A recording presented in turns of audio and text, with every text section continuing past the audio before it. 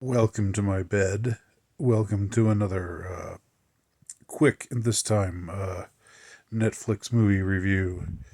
Yep, I wanted to tell y'all about a movie that had a twist that really bugged me, bugged the hell out of me, and I couldn't. I just after this twist happened, I just couldn't keep watching the movie anymore. I had to just stop it right there. The movie is called Missing. Um, Maybe you've heard of it. I remember seeing previews for it a lot last year. Um, the premise is it's another movie like a couple of ones before it. Although I'm not remembering their names right now. That were where most of the action takes place over a computer screen, and so you just the main character is behind the computer screen and is looking things up, and getting on WhatsApp, getting on different social media sites, and so everything that you're finding out about the story is through this character's you know online communication with others, or online research, or online investigation, and so forth. Not a bad premise at all. And what the story is about is this girl we see in an early scene has apparently or has apparently lost her father in a devastating to a devastating illness, and so that left a hole in her heart that left her wounded from an early age. And then she and her mother were together for a little while. And now she's a teenager, and now her mom has met this new boyfriend, and they go off together on this supposedly romantic trip to Colombia. Uh, yeah, yeah. I don't know why. Why do you want to go to the cocaine capital of the world to for a romantic trip together? But there you go. That's how it unfolds. Of course, it turns out that there is something shady about this trip, and something shady about the guy. And But then there's different twists and turns. You learn that it might be the guy, or the guy might actually be all right. Uh, and Maybe it's her mom who's really got something to hide.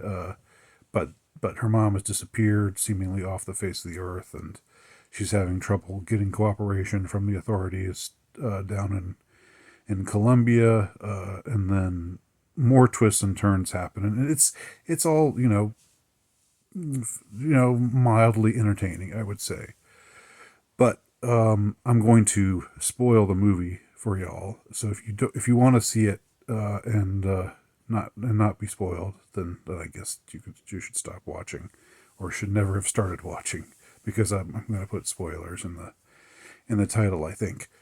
Um, but the twist that really bothered me was we eventually find out that her dad didn't really die. Um, we find out that her dad, whom she had looked up to, whom she had revered, and missed so terribly all this time, uh, that he actually was just this loser drug addict and abuser, and that her mom left him, and took the daughter, the main character, who was the daughter when she was just a little girl, with her, and then led her to think that her father had died of cancer, and that he had loved her the whole time, and that just sort of to protect her from, I guess, to protect her from knowing the truth that her father was a bad guy. Um, and her mom erased her dad from her life, because he was like I said, a serial drug abuser, and abusive of her, and so forth.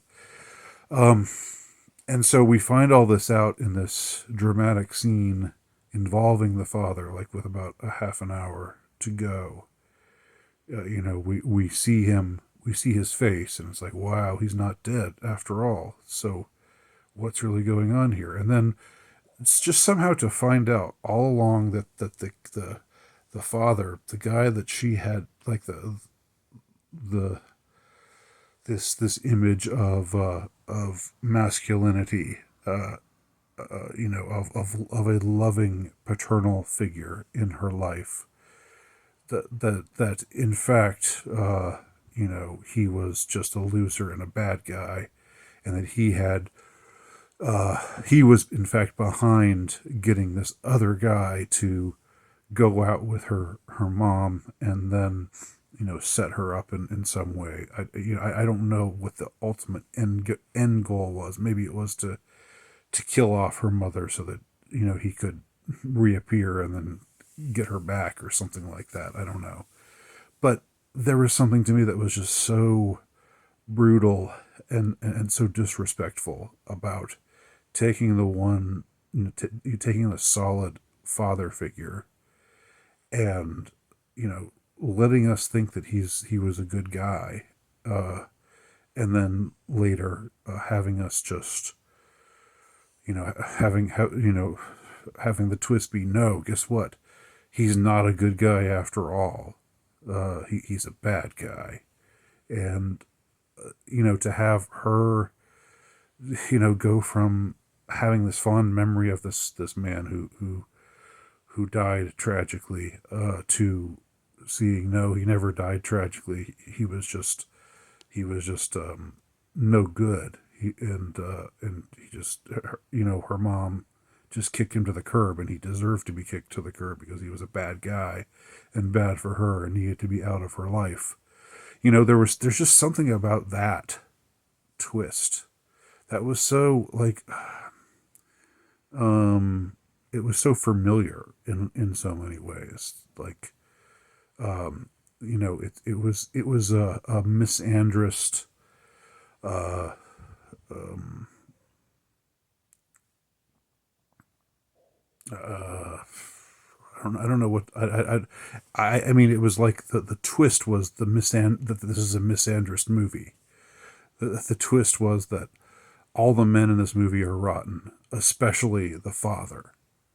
And so, and there's like there's an additional layer to all of this, in that the father, the girl is mixed, and her mom is black, and her dad was white. So it's another, ooh, bad white guy, evil white guy, bad father. But bad father, bad white man, all, everything is there.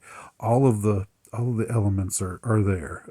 All of the familiar things are there, and it just annoyed me so much. It just incensed me so much. To have another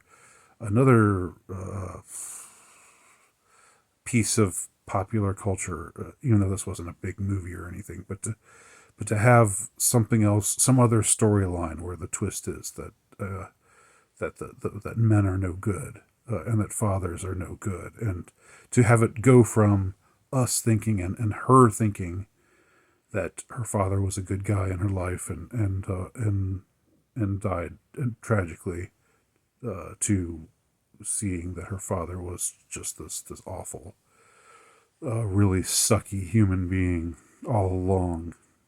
That her mom was just trying to protect her from him. I just thought that stunk. I hated it. Hated it. It bothered me. It annoyed me. It seemed all too familiar. Just yet another iteration of this very familiar sort of propaganda that we're blitzed with these days. So those were my thoughts on Missing.